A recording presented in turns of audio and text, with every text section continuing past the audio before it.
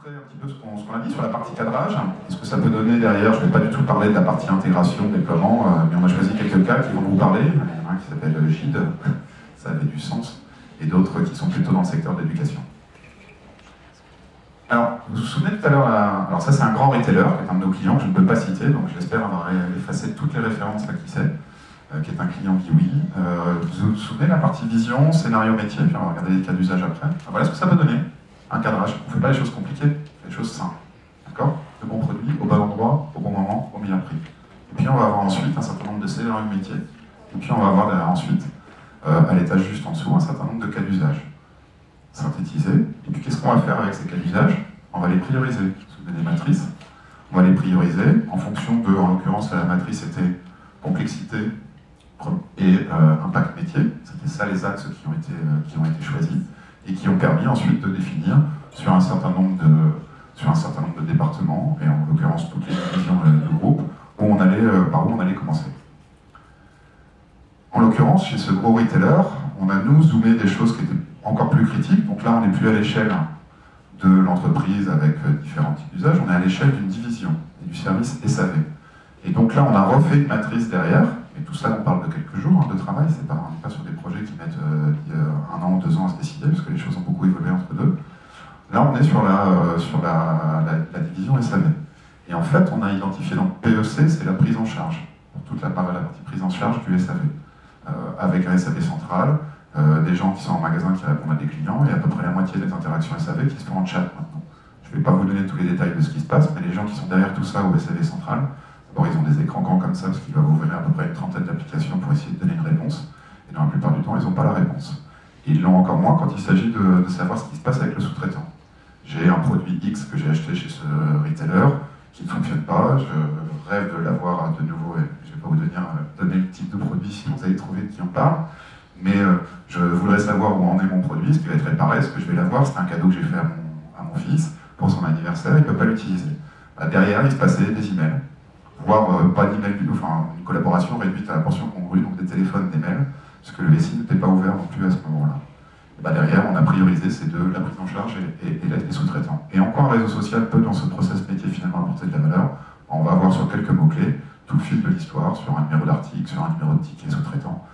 Et vous voyez que les enjeux ici, sur cette division, c'était notamment les gains financiers, l'efficacité, mais surtout la satisfaction client qui est mesurée au quotidien. Et c'était le principal indicateur que voulait voir remonter le patron des opérations groupe. Et puis en face, on avait la faisabilité, la complexité de mise en œuvre, des délais et des coûts. J'ai pris une autre matrice. Dans l'éducation, on va prendre quelques cas juste après, pour vous montrer qu'on va bien les adapter à chaque contexte. Ici, et on travaille de plus en plus dans le secteur éducatif privé, notamment, peut-être un jour dans le public, on a des enjeux qui peuvent être des enjeux pédagogiques. Je vais prendre quelques exemples de ce qu'on a pu réaliser au sein de Sciences Po Lille, ou de l'ISA, qui est un pilote pour HEI et ICEN. D'accord? On peut très bien avoir du service aux étudiants. L'image et l'impact stratégique, et Frédéric Digaria, qui nous a rejoint il y a un mois, était DSI de Sciences Po Lille. Un des enjeux, c'était par exemple comment je me différencie d'autres écoles pour faire venir des étudiants chez moi. Puisque dans le privé, il y a des étudiants qui sont aussi finalement des contributeurs au revenu de toute la structure. Alors toujours sur ce retailer, je ne vais pas vous rentrer de détails de ces cas, mais c'est pour montrer quelques exemples. Quand on va rentrer un peu plus dans le détail, derrière la matrice, il y a ce genre de choses. Donc là aussi, une page très simple. La collaboration avec les relations de presse pour la communication interne. D'accord? Quelle est la problématique? Quelle est la solution proposée? Quel est l'impact métier? Quelle est la complexité? Quels sont les gains attendus? Et qui est le sponsor de cet usage spécifique? Alors, on peut avoir sur des bases de connaissances liées au droit du travail. Donc là, on est sur le département, la direction RH. On va avoir la mise en place de Yammer en tant qu'outil social, conversationnel, mais avec des documents de type wiki, base de connaissances. Et là, SharePoint reprend tout son intérêt. Et dans une logique autour d'Office 365, on est dans le cloud, on est sur une intégration totale, qui va, lui, pouvoir gérer le référentiel documentaire, parce que c'est ce pourquoi cet outil est fait. Avec les utilisateurs, on ne parle absolument pas d'outils, jamais. On parle de cas d'usage, et vous allez voir après qu'on va dans un certain nombre de cas storyteller même l'usage, parce que ça aura beaucoup de bénéfices. Ici un autre exemple sur la gestion de projet, des usages qu'on a partout dans toutes les entreprises, avec un certain nombre de gains au niveau, et là, la couche sociale va être au niveau de rappeler les bons documents de référence, qui vont être de communiquer sur les changements, les nouvelles fonctionnalités, etc., etc., etc. Alors Gide, oui, je trouvais que ça avait du sens de parler de Gide. Donc pour ceux qui ne savent pas, c'est un des premiers cabinets d'avocats d'affaires en France. Il y a à peu près 1000 avocats dans le monde. Ils ont de très beaux locaux dans le 8e, derrière chez Dior, avec 20 000 m² en bord de Seine. Et puis, il y a une vision, parce que c'est Gilles Noël, donc Frédéric Noël, qui était de se dire, et pour ceux qui le souhaiteront, on pourra partager un extrait de sa vision, qu'on a un petit peu marketé, mais en gros, est-ce que l'email est devenu le véritable patron de notre cabinet? Il y avait des problématiques d'intégration de nouveaux collaborateurs, des problématiques de partage du savoir, de la connaissance, et un process clé, puisque chez Biwi, après la vision, on a travaillé sur comment on décline ces scénarios, cette vision en scénario métier. Et le process numéro 1 chez les cabinets d'avocats d'affaires, c'est la gestion du dossier client. Comment on structure ces documents? Là, on parle de documents avec de l'archivage légal, avec des bases de connaissances, on parle de terra de données, avec des métadonnées structurées, on parle même de coffre-fort numérique, on parle d'autres problématiques de ce type-là. Mais on a, sur ce process clé, été un peu plus loin que le petit descriptif de quelques lignes, on a storytellé l'usage. Pourquoi on a fait ça? Je surveille le temps. Pourquoi on a fait ça? Moi, comme je vous le rappelle, je vous l'ai rappelé tout à l'heure, j'ai travaillé pendant des années dans les systèmes d'information de gestion. On fait des cahiers des charges fonctionnels. Comment voulez-vous qu'un utilisateur métier, avec cette idée de batterie de consultants, transforme ce qu'il a dans sa tête, avec toutes les problématiques de la communication, entre ce que je pense, la façon dont je l'exprime, il y a déjà un delta, la façon dont les gens vont l'entendre, le comprendre, il y a encore énormément de delta. Si en plus, au milieu de tout ça, on met des consultants, des conseils, pour que ça finisse à la fin jusqu'à des développeurs, et ben on a des cycles en V avec des outils qui ne correspondent absolument pas, et que ça prend beaucoup de temps, beaucoup d'argent, et qui ne correspondent absolument pas à ce que voulait l'utilisateur métier. Nous, ce qu'on fait chez Biwi, c'est une vraie rupture méthodologique. On storytell l'usage, on utilise des techniques très connues dans le monde de la communication, on le coécrit avec l'utilisateur. Ce sont ces mots, et c'est ce qui nous sert de référence pour construire ensuite un storyboard. Là, on utilise des méthodes agiles et ce qu'on appelle des backlogs de fonctionnalités, et on travaille par petites itérations tout le temps. Et c'est ça qui fait référence de est-ce que c'est bien l'usage auquel je voulais répondre au départ? Est-ce que c'est ça que je voulais faire en tant qu'utilisateur? Ça donne ça, chez Gilles. Et ça donne ce pourquoi j'ai créé Biwi. C'est-à-dire qu'ici, vous allez avoir donc, un environnement numérique de travail personnalisé en fonction de qui je suis, dans lequel vous allez avoir des accès aux communautés, des communautés d'experts, suivant les fusions-acquisitions dans le monde de X ou de Y. Vous allez avoir des raccourcis vers mes clients, mes dossiers, mes projets, donc ce sont des espaces collaboratifs qui sont structurés. Et puis surtout, je vais avoir mon fil d'actualité, timeline métier. Métier. Je suis notifié parce que je suis un document, je suis une communauté, dans la logique de suivre, donc le like sur Facebook, sur un réseau social grand public. Je suis une communauté, je suis un document, je suis une personne, et je vais être averti sur ma timeline métier que c'est à moi de travailler. Je suis notifié. Ça change complètement la donne. Je reprends le contrôle, un des éléments dont vous a parlé Alain tout à l'heure, c'est le changement de paradigme entre j'envoie des emails, et on en parlait avec Atos sur le programme Zéro Email. Je reprends le contrôle en tant qu'utilisateur sur l'information qui m'intéresse, sur celle que je publie. Je ne suis plus bombardé d'emails ou chez les avocats, des fils de discussion avec la V1, la V2, la V3, le junior a fini de travailler, c'est au senior de prendre le relais. Là, tout le monde travaille sur les mêmes documents, et puis je suis notifié quand c'est à moi de bosser. Et je suis notifié d'un certain nombre d'autres choses qui m'intéressent en fonction de mes communautés, en fonction de tout ce que je vais suivre dans mon système d'information. Et à côté, finalement, on a une première brique de ce que peut être un peu à l'intranet, qui est de la com corporate, mais qui est contextualisée cette fois-ci, en fonction de je suis dans le bureau de New York, ou dans le bureau de Paris, ou dans d'autres bureaux à l'étranger. On regarde un peu ce que ça donne dans l'éducation, et vous pourrez en parler avec Frédéric, puisqu'il était DSI avant de Sciences Po. En tant que DSI, il avait déployé de la messagerie. Il avait Office 365 avec plein de briques. Puis il a attendu, on s'est rencontrés un jour, et il a attendu que finalement quelqu'un lui dise tiens, j'ai un besoin. Il avait regardé l'intranet, pour la com interne, plein de sujets, puis finalement c'est une responsable de majeur un jour qui a levé le doigt. Moi je forme des étudiants à la gestion de projets culturels. C'est un Master 2 en management d'événements culturels. Et j'aurais besoin d'une plateforme de gestion de projet, et qui accompagne mon parcours pédagogique pendant un certain nombre de temps, avec une mise en pratique qui s'appelle Patelin 2.0, qui était à Saint-Sauveur, dans le cadre de Renaissance, et qui malheureusement était un événement qui devait se dérouler le 13, le 14 et le 15 novembre, qui a été complètement annulé au moment où tout était prêt. Mais qu'est-ce qu'on a fait? Finalement, on a créé une toute petite plateforme de gestion de projet dans laquelle il y a des documents, des tâches, un peu de gouvernance, parce que tout ça devait accompagner aussi le parcours pédagogique, chose très simple. Mais on a ouvert des réseaux sociaux. Un premier réseau social interne, qui permettait aux étudiants, 25 étudiants et la professeure finalement de collaborer et d'échanger. Je peux vous dire que les étudiants ils se sont appropriés tout de suite. puis on a ouvert un réseau, pardon, il y a le réseau interne et le réseau externe pour la collaboration avec les services techniques de la mairie, avec tous les acteurs externes, la com, etc. Ce qui est très intéressant, on parlait de viralité tout à l'heure, c'est que pour le coup, la professeure de majeur, d'abord, elle ne savait pas que dans Outlook il y avait autre chose que des mails. Elle a découvert qu'il y avait d'autres fonctionnalités dans sa messagerie, mais elle s'est appropriée très très vite avec les outils, pas tous, et surtout derrière on a eu un effet boule de neige par viralité. Qu'est-ce qui s'est passé quand 25 étudiants sont arrivés avec du Skype entreprise, donc la messagerie instantanée, la vidéoconf, tout ça accessible depuis le mobile, plus des espaces projets, plus un réseau social. Les autres étudiants ont dit pourquoi nous on n'a pas ça. Et puis les autres profs de majeur ont dit mais il paraît qu'il y a quelque chose de très sympa, et ça tombe bien parce qu'on avait prévu que cette plateforme soit en plus un modèle pour le refaire sur d'autres majeurs, ou un modèle de gestion de projet interne pour Sciences Po Lille. Autre exemple, là on est sur un projet de campus numérique. ISA, donc, une école ici à Lille aussi, qui fait partie du groupe HEI ISA, toujours sur la même plateforme. Donc vous avez en avance de phase une petite présentation de ce que ça va pouvoir donner. Donc on a bien ici, la partie sociale elle est ici. Qu'est-ce qu'on va faire sur ce campus numérique? On va avoir des espaces, alors vous le voyez par excusez-moi, des espaces professeurs, des espaces étudiants, on va avoir des débuts de pédagogie inversée, avec de la vidéoconf. C'est la première brique en fait pour faire de la pédagogie inversée, pour ceux qui savent. L'idée c'est les étudiants regardent les cours, le commentent, ça a été enregistré, ils reviennent en arrière, et puis par contre ils viennent mettre en pratique en cours, ce qui va je pense régler pas mal de problèmes, y compris immobilier un jour dans le monde universitaire. Chaque étudiant a accès à ses cours, peut les commenter, et dans des groupes, en fonction de sa classe, il va être notifié sur Yammer aussi qu'il y a un changement de classe, et il va pouvoir commencer à commenter un cours, poser des questions, avoir des réponses, ou plein d'autres usages. Un autre usage où là on est sur un pur réseau social, c'est toute la vie associative.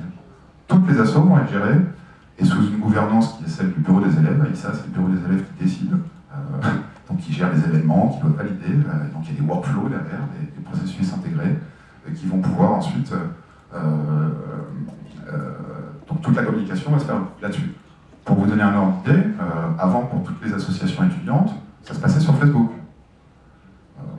Pour tous ceux qui sont un peu penchés sur les questions de profil numérique, le droit à l'oubli sur Google, c'est écrit depuis quelques temps dans la loi, c'est très compliqué. Donc quand on fait des soirées quand étudiants, on a tous été étudiants, on s'amuse un peu, on fait la fête, maintenant on se photographie, on se partage sur Facebook.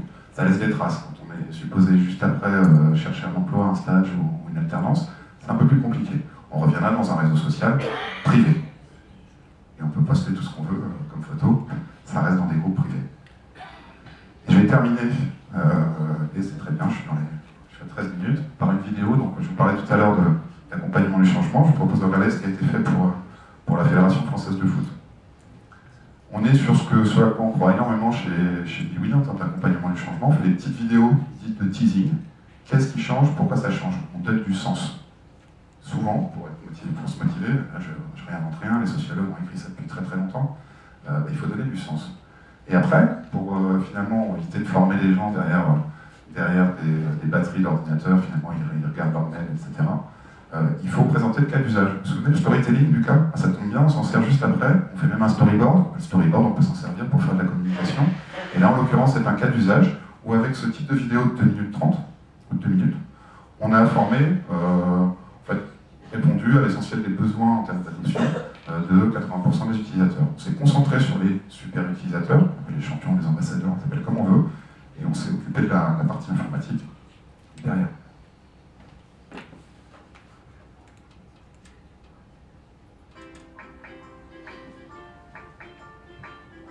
Gérard, président de la Ligue du Maine, se connecte comme chaque matin à Réseau Bleu. Gérard est ravi. Il vient de voir que les dotations bénévoles du mois arrivent bientôt au siège des ligues. Au même moment, Frédéric, chargé de l'opération bénévole du mois, met en ligne les recommandations pour la remise des dotations. Grâce aux alertes, Gérard est averti en temps réel de la mise en ligne du document. Après l'avoir lu, il décide de créer la communauté Comité d'organisation locale pour solliciter son réseau en vue d'organiser une grande fête pour le bénévolat. Il invite Emmanuel Chiragnan, directeur de la Ligue du Maine, et tous les présidents de district. En effet, Gérard a besoin de solliciter efficacement les bonnes personnes sur des sujets précis.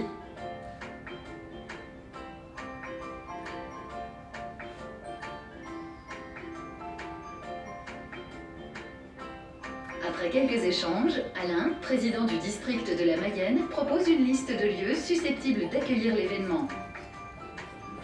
Gérard trouve en 2 clics la composition du kit dans la bibliothèque de documents de référence de la FFF. Il est alors certain que c'est le bon document. En 5 minutes, le tour est joué.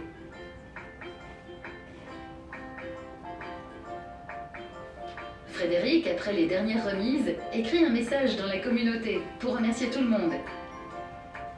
Gérard, ravi de l'initiative, partage les moments forts de l'organisation. Frédéric décide de créer une actualité sur la page d'accueil de Réseau Bleu pour valoriser le travail de la Ligue du Maine. Réseau Bleu, un outil collaboratif qui simplifie le travail en équipe. Maintenant, à vous de jouer.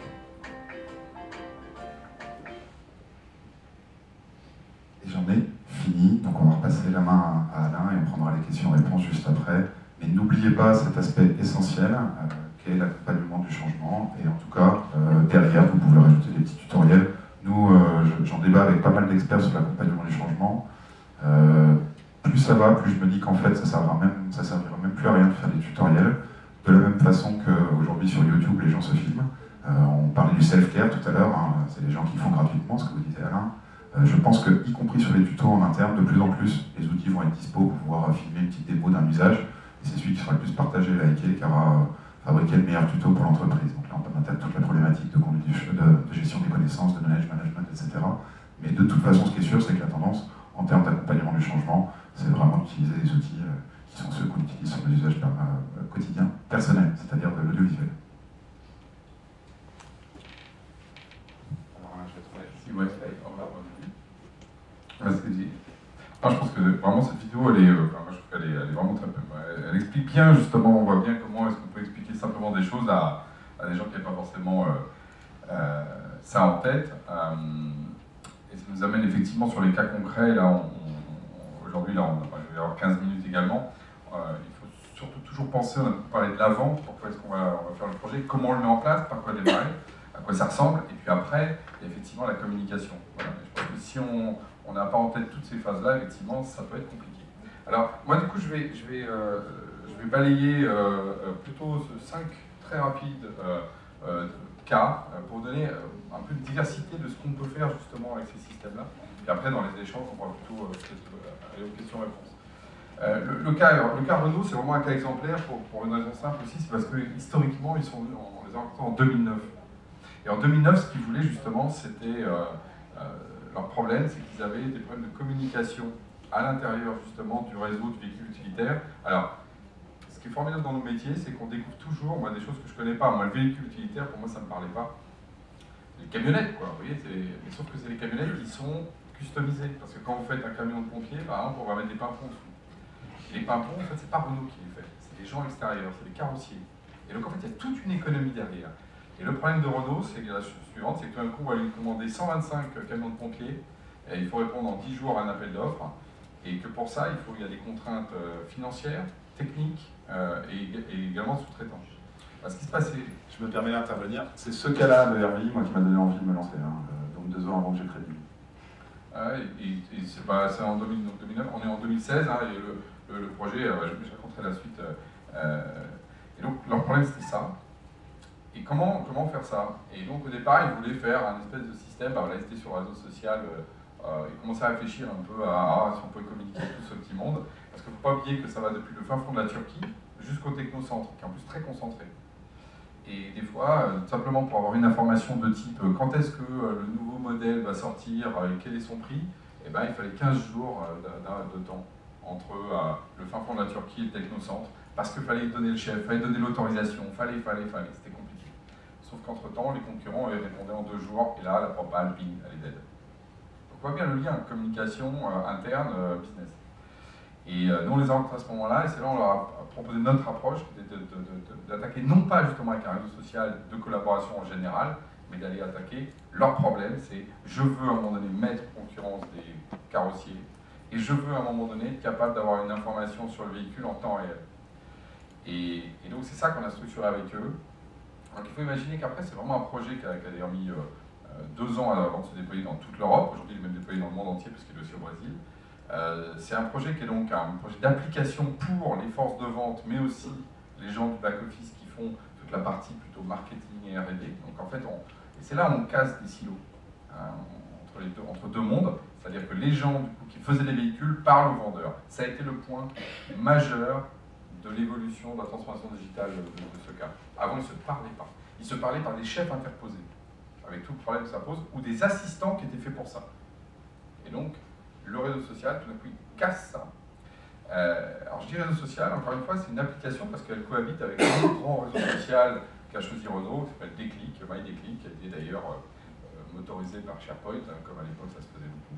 Et donc, ça cohabite. C'est-à-dire que c'est des applications qui peuvent cohabiter avec le fameux grand RSE un peu généraliste. Le résultat, c'est pas compliqué, c'est que du coup, maintenant, les questions-réponses sont faites des fois dans l'heure. Pourquoi? Parce que le mec de Turquie va poser une question, et vraiment, c'est le Belge qui va répondre. Parce que le Belge avait déjà eu ce problème de carrossier. Donc il y a une mise en concurrence des carrossiers plus rapide. Il y a aussi le fait qu'au niveau global maintenant de VU, alors VU, ils sont passés au départ, on est monté à 1000 utilisateurs, là aujourd'hui on tangente les 3000, et plus ça va, plus il y a des usages qui sont en train de se construire par-dessus. Parce qu'après, évidemment, une fois qu'on a compris qu'on allait plus vite pour faire des propals, on comprend qu'on va plus vite pour plein d'autres choses. Et toujours structuré par le métier, par le business, avec des groupes très précis. Par exemple, il y a le groupe des Kangoo, il y a le groupe du Master, il y a le groupe des Italiens. C'est très structuré parce que ce n'est pas l'anarchie. Encore une fois, celui qui peut savoir quelle est la taille d'un essieu de Kangoo, c'est pas n'importe qui. Ça peut être un vendeur ou un marketeur, etc. Et derrière, dans nos systèmes, il y a par exemple de validation. Et vous avez donc l'information d'abord, et ensuite vous pouvez avoir des validations ou des contre-validations. C'est ce qui permet à la fois d'être agile et en même temps de sécuriser l'information. Et ça, c'est au cœur même du processus fonctionnel. Et là, par contre, ça nous distingue complètement des réseaux sociaux grand public dans lesquels on ne sait jamais ce qui est vrai, ce qui n'est pas vrai. Dans Genspot, il se passe à un moment donné, si le chef produit dit « ça c'est faux », s'il appuie « c'est vrai », ça valide. Donc il y a un moment donné, l'information a des couleurs. Tout n'est pas égal. Et ça, c'est ce qui fait la différence entre le métier et, j'ai envie de dire, la communication lambda. Voilà. Ça, c'est un cas vraiment exemplaire qui est vraiment intéressant de par son histoire. Le réseau Entreprendre, en plus, je vais vous parler parce que le réseau Entreprendre, il est né ici. C'est la famille Nuliez qui, en fait, a lancé en fait, cette idée en disant bah, pour créer des emplois, il faut créer des entrepreneurs. Et pour ça, il faut créer des entrepreneurs qui réussissent, parce que sinon, ils ne vont pas créer d'emplois. Et pour qu'ils réussissent, il faut les coacher, il faut les suivre, il faut les accompagner, il faut les financer, il faut surtout structurer ça dans une grande famille, au sens justement de leur apprendre à devenir entrepreneur. Et donc, c'est le réseau Entreprendre, qui aujourd'hui est une fédération d'associations. Et les associations, c'est un cas typique de collaboration et de socialisation. Enfin, l'exemple que tu as mis avec FFF, je pense que la vidéo se suffit elle-même de ce qu'on a vu avant. On a des bénévoles, on a des gens. On a en gros généralement une triple structure. Vous avez ce qu'on appelle les politiques, les présidents et autres. Vous avez les gens qui sont les opérationnels, les permanents. Puis après, vous avez les membres, qui sont généralement les bénévoles et les assos. Et donc, vous avez toujours une articulation de ces trois troupeaux qui peuvent être à des niveaux d'ailleurs, comme par Réseau Entreprendre. Là, on a plus de 11 000 personnes, tendance 12 000 d'ailleurs, je crois. Et je suis utilisateur en tant que lauréat Réseau Entrepreneur de Connect. Voilà. C'est comme ça que ça s'appelle. Voilà, ça s'appelle Connect, tout à fait. Parce que, effectivement, d'ailleurs, ça c'est un truc assez intéressant dans nos systèmes. Nous, tous les systèmes chez tous nos clients ont des petits noms. Ça s'appelle La Place, ça s'appelle Connect, chez Réseau, chez Renault, ça s'appelle Bipro. À chaque fois, ils ont, là on va en voir un qui s'appelle Le Phare. À chaque fois, ils ont des noms qui sont évocateurs et qui généralement découlent de la fameuse stratégie de l'entreprise à qu'est-ce que je veux faire. Dans les usages, par exemple, si on reprend sur les associations, c'est très clair. L'usage, il est quoi? Déjà, il est basique. C'est on travaille en bureau pour produire des documents. On produit le nouveau compte rendu bidule, le nouveau projet, comme on a vu pour la FFF. Mais il y a aussi tous les appels à solidarité. C'est-à-dire, j'ai besoin de quelqu'un qui m'aide à. Et là, plus vous avez un réseau étendu, plus ça peut aller vite pour faire des choses. Et ce qu'on constate par rapport à l'histoire du zéro email, c'est que la convergence d'une problématique mise dans un collectif, dans une assoce par exemple, par mail d'un côté ou dans un système collaboratif de l'autre, est radicalement différente. Parce que le réseau social va mécaniquement amener les gens à converger au même endroit sur le même article, le même groupe. plutôt que de se disperser et de créer autant de micro-conversations qui finalement se dispersent et ne convergent jamais. Un mail ne vous dit jamais si la conversation est finie ou pas. Dans un réseau social d'entreprise, vous pouvez avoir, à un moment donné, la fin d'un truc, une question-réponse, ça peut être résolu. Un mail n'est jamais résolu. C'est un mail, vous l'avez envoyé, il attend une réponse qui peut-être ne viendra jamais ou pas. Vous voyez. Donc ce qui est intéressant dans ces systèmes-là, même pour des assos qui sont pas productivistes, c'est le fait d'avoir justement, à un moment donné, des quitus, des fermetures, et donc après de pouvoir faire les écrans des trucs qui restent à faire, les trucs qui ne sont pas à faire, les trucs qui sont urgents mais pas importants, et donc de donner, et je réponds directement à la question qui m'a été posée tout à l'heure, du sens à ce grand flux d'informations. Parce que pour pouvoir donner du sens et être capable de voir, ça fait partie des éléments. Donc les assos, alors pour nous, je ne sais pas, c'est à peu près, allez, on va dire 10% de nos clients, on a à peu près 120 clients, hein, et c'est le cas, mais alors, assos 100%, les assos devraient être équipés d'un RSE, Genspot si possible, mais un autre, c'est pas grave, en tout cas, pour passer à la modernité, en tout cas, de la collaboration. Alors BlueKango, c'est un cas intéressant aussi, parce que BlueKango, c'est une entreprise en fait qui a énormément de clients. En fait, c'est des gens qui vous savez, gèrent la problématique de l'obligation dans les CHSCT d'avoir des documents quand vous êtes avec des risques par rapport à votre métier. Par exemple, vous avez des gens sur les chantiers, ils doivent savoir qu'il faut qu'ils mettent des casques. Et depuis quelques années, la loi oblige à ce que cette information soit distribuée aux salariés. Si ce n'est pas le cas, c'est vous qui pouvez être en faute si jamais le salarié ne met pas son casque. Vous voyez le point? Donc ces gens-là poussent de la doctrine auprès de plus de, je ne sais pas combien, ils ont 12 000 ou 15 000 clients. Et le problème, c'est qu'en fait, ce n'est pas aussi simple que ça, que la doctrine elle change beaucoup. Et comment est-ce qu'on fait pour justement, finalement, passer cette information-là? Et BlueKango, en fait, a eu cette intelligence de mettre sa communauté de clients dans une communauté, justement, et de faire en sorte que, du coup, BlueKango peut pousser de l'information vis-à-vis de ses clients, mais les clients aussi, entre eux, peuvent, du coup, s'aider par rapport à ces problématiques-là. Donc là, on retrouve le déport et la création de valeur par la communauté de clients. C'est ce qu'on appelle le social CRM. Donc, le social CRM a deux vertus. La première, pour BlueKango, c'est que déjà, c'est ce qu'on pratique nous d'ailleurs aussi, par exemple, c'est que des gens peuvent rentrer dans la communauté sans être clients. Alors, ils n'ont qu'un petit SaaS, ils voient mais par exemple, ils commencent à goûter à la valeur qu'amène BlueKango. Donc, c'est du lead generation, pour ceux qui connaissent dans le marketing. On chope du lead par la communauté qui a de la valeur. Et la communauté a de la valeur parce qu'il y a des gens qui sont des experts. Tous les représentants là, dans BlueKango qui sont sur la plateforme, c'est pas n'importe qui, c'est tous les représentants qui justement ont ces problématiques de CHSCT à gérer. Et entre eux, du coup, il y a de la valeur qui est créée parce qu'à un moment donné, ils sont organisés, par exemple, il y a des vraies problématiques dans les hôpitaux, par exemple, il y a un cas très particulier. Dans les hôpitaux, ils ont un groupe pour les hôpitaux. Ce qui fait que les représentants des CHSCT et de cette logique d'information des employés dans le cadre des hôpitaux, ils ont un lieu à travers leurs fournisseurs pour retrouver leurs pairs. Or, souvent avec ces pairs, c'est là où on apprend plein de choses.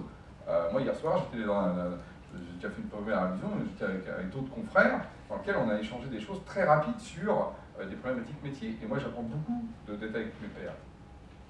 Et donc là, hier, c'était effectivement dans un dîner, donc c'est de la collaboration avec un peu de vin, c'est toujours agréable. Et après, il faut que ça se poursuive aussi dans le numérique, un petit peu moins alcoolisé, mais tout aussi agréable et rapide. Et ça, c'est une vraie valeur qu'amènent ces systèmes-là. Et ce qui est intéressant, c'est que BlueKango a l'intelligence de se dire, plutôt que ces pairs, ce métier se configure entre eux, sur un groupe LinkedIn par exemple, ce qu'on connaît bien, c'est moi qui vais l'organiser. C'est moi, BlueKango, qui aura l'intelligence de l'organiser, et du coup, j'en retire une double valeur. D'abord, un, je sers mieux mes clients, parce que je leur apporte de la valeur. Deux, je chope des prospects. Et trois, en plus, du coup, ils sont chez moi, ils ne sont pas chez un autre pour l'instant. Je me permets, parce que je vois Michel qui chez l'ECO, c'est ce que fait l'ECO sur le référentiel. Oui, quand j'ai construit mon business plan, j'ai décortiqué tout le référentiel de l'ECO, et je continue à le dire avec beaucoup de passion. Alors, on passe dans un monde qui pourtant, il y a encore peu d'années, on n'a pas pensé qu'ils étaient justement propices à ces univers-là. Vous allez voir pourquoi. Là, on est dans les caisses d'épargne, voilà, les banques. Alors pourquoi? Parce que d'abord, c'est en SaaS. Nous, on est en SaaS, donc on est en cloud. On n'est pas en installé. Parce qu'à un moment donné, il y a une problématique, justement, le SaaS amène de l'ouverture, là où l'installé vous referme sur vous-même. Les banques, généralement, pour des raisons de sécurité, c'était pas trop leur tasse de thé. elles ont franchi cette étape-là, parce qu'on voit bien d'ailleurs, il n'y a pas que nous, mais il y a d'autres confrères qui, les banques sont passées au SaaS de manière assez forte. Donc ça, c'est une première grande point. Deuxième point, c'est la collaboration à l'intérieur des banques. Bon, voilà, par exemple, pour la caisse d'épargne, la problématique, c'est ces fameuses agences. Vous savez, vous n'arrêtez pas de voir d'ailleurs en ce moment, le problème des banques, c'est quoi? C'est qu'aujourd'hui, les agences sont c'est un peu un maillon qui devient compliqué, parce que déjà, il y en a peut-être trop sur le territoire, alors qu'est-ce qu'on va en faire? Donc les gens sont très angoissés dans les agences. On n'avait jamais vu de suppression d'emplois dans les banques, et là tout d'un coup, les gens disent, mon Dieu, qu'est-ce qui va nous arriver? On va disparaître. Et vous savez que dans ces cas-là, le troupeau est... Et deuxième chose, c'est qu'ils sont totalement seuls. Ok, on a mis, vous savez, plus ça va, plus d'agences, ils ont été ouverts. Mais en fait, ils ont maintenant des clients qui arrivent et qui en savent plus qu'eux sur le dernier plan de lien entre l'assurance et le machin, parce qu'ils ont passé la soirée sur Internet. Et celui qui est derrière le guichet ou le responsable d'agence, vous croyez qu'il a passé la soirée sur Internet à potasser ses produits? Ben non. Et donc, il se retrouve avec... Ça, c'est un cas général, c'est pas que dans la On vente. retrouve dans le retail, on retrouve dans le retail, le livre de Pierre Georgini, président recteur de la Cato, c'est la problématique de la pédagogie inversée. Et donc, grande souffrance. Et donc là, on a des managers d'agence qui n'en peuvent plus, parce que qu'est-ce qui se passe? En gros, ils sont sur un truc où ils sentent qu'ils vont pas disparaître, mais en tout cas, il y en aura moins. Deux, ils se prennent de la pression tous les jours. Puis au siège, on leur dit oui, vous inquiétez pas, on vous lance des grands plans, etc. Donc là, et ce qu'a compris la caisse d'épargne, c'est que ça, il fallait justement rééquilibrer ça. Et pour ça, ils ont mis en réseau tous les managers, avec justement tous ces scénarios métiers. Alors je ne vais pas rentrer trop dans le détail justement des processus métiers, parce que un des points, c'est qu'on touche le cœur de la stratégie des boîtes. Nous, dans notre... Et d'ailleurs, si on n'y touche pas, si je peux vous raconter à chaque fois ce qui se passe de manière facile, ça voudrait dire qu'on a juste été superficiel. Vous comprenez? C'est-à-dire qu'à un moment donné, si Renault attaque un sujet, là je peux en parler maintenant, moi de 2009 à 2012, j'étais un peu, pas sous embargo, mais il ne fallait pas que je raconte tout, parce que la question justement de cet avantage compétitif, c'était ça le point stratégique. Il ne s'agit pas de le crier sur tous les toits. Et donc pareil pour la caisse d'épargne, on a là des éléments de transformation digitale du corps social par la collaboration. En tout cas, le point par rapport à ça, c'est que du coup, on permet à ces gens-là qui étaient finalement coupés, qui vivaient en vase clos dans leur agence et de temps en temps ils revenaient au siège avec le mec régional, à tout d'un coup avoir une ouverture complète et qui a provoqué un certain nombre de comportements justement extrêmement vertueux dans cette transformation d'entreprise, de diminuer un certain nombre d'éléments de stress, de par exemple de gérer de manière très concrète le problème de il y a quelqu'un qui est malade à 8 heures, on ne peut pas ouvrir la banque, qui a un problème, et il y a la personne qui est responsable, et qu'avant il fallait passer par le siège pour aller chercher quelqu'un qui est responsable pour redescendre et ouvrir la fameuse agence pendant qu'il y a des gens qui attendent une demi-heure, ça a été réglé avec le réseau social en anticipation, et ça de manière collaborative. Donc il y a des changements par rapport à ce métier-là, de manière très efficace. Alors à quoi ça ressemble? Un réseau social, ça s'appelle comme ça parce que le cœur, c'est effectivement un flux d'activité. Et comme vous pouvez le voir, le flux d'activité de JetSpot, par rapport aux écrans que tu as montré, donc c'est intéressant de voir la différence. Et d'une certaine manière, il a l'air comme ça plus justement étoffé, si je peux me permettre par rapport à l'autre que j'ai vu tout à l'heure, mais c'est parce que la part qu'on donne, nous, souvent, est plus importante sur cette partie-là que la partie portail. Et ça, dans vos projets, vous aurez des choix à faire. Est-ce que votre truc, finalement, c'est un portail dans lequel il y a un bout de social qui traîne, ou est-ce que c'est un élément social dans lequel, comme nous, on a des bouts de portail qui traînent? Ça, en termes philosophiques, c'est un point qui est souvent assez central dans les projets quand vous avez à les construire. C'est lié à l'adoption, à l'ergonomie. Finalement, ce qui est important, c'est que l'utilisateur ait l'environnement qu'il souhaite.